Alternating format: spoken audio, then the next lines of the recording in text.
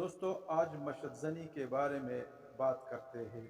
جو لوگ مشد زنی کرتے ہیں، اس طرح کے لوگوں کو اس دنیا میں مشد زنی کی وجہ سے عذاب کے طور پر انسانی جسم پر مختلف قسم کی جسمانی آفتوں کا سامنا کرنا ہوتا ہے۔ مشد زنی یا جلک یا ہاتھ کی مدد سے اپنی منی نکالنا مشد زنی کہلاتا ہے۔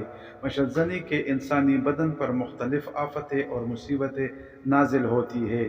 نمبر 1، مشد زنی کا سب سے پہلے حملہ انسانی دل پر ہوتا ہے، جس سے انسانی دل مردہ اور کمزور ہوتا ہے۔ نمبر 2، مشد زنی کی کثرت سے معدہ، جگر اور گردے خراب ہوتے ہیں۔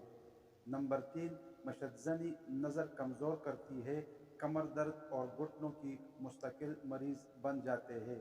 صبح اٹھے تو بدن سست، کمزور، بستر سے اٹھنے کو دل نہیں کرتا۔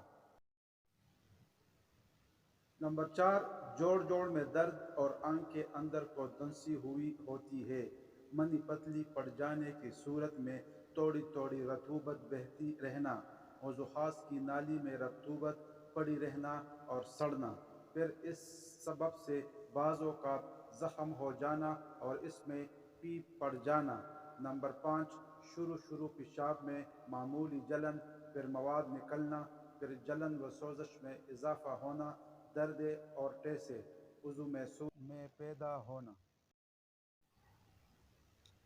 نمبر 6، یہاں تک کہ پرانا سوزاک ہو کر زندگی کو ایسا تلخ کر دیتا ہے کہ آدمی موت کی آرزو کرنے لگتا ہے۔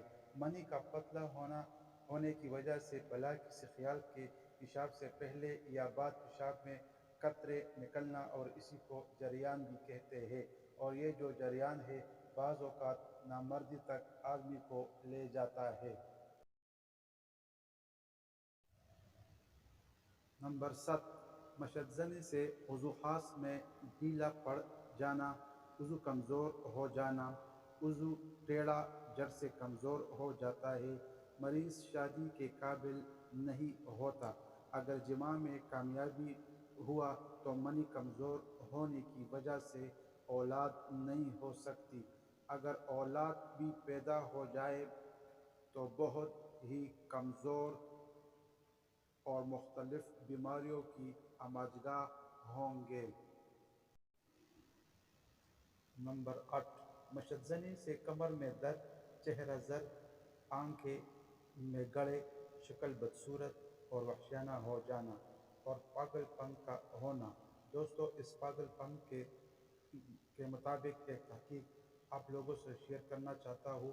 ایک اطلاع کے مطابق جب 1000 طبیعت ٹی وی کے 5 مریضوں کے اسباب پر غور کیا گیا تو یہ بات سامنے آئی کہ 1000 میں سے 414 مشد زنی کے سبب اور 1000 میں سے 186 کثرت جماع کے سبب پاگل ہوئے،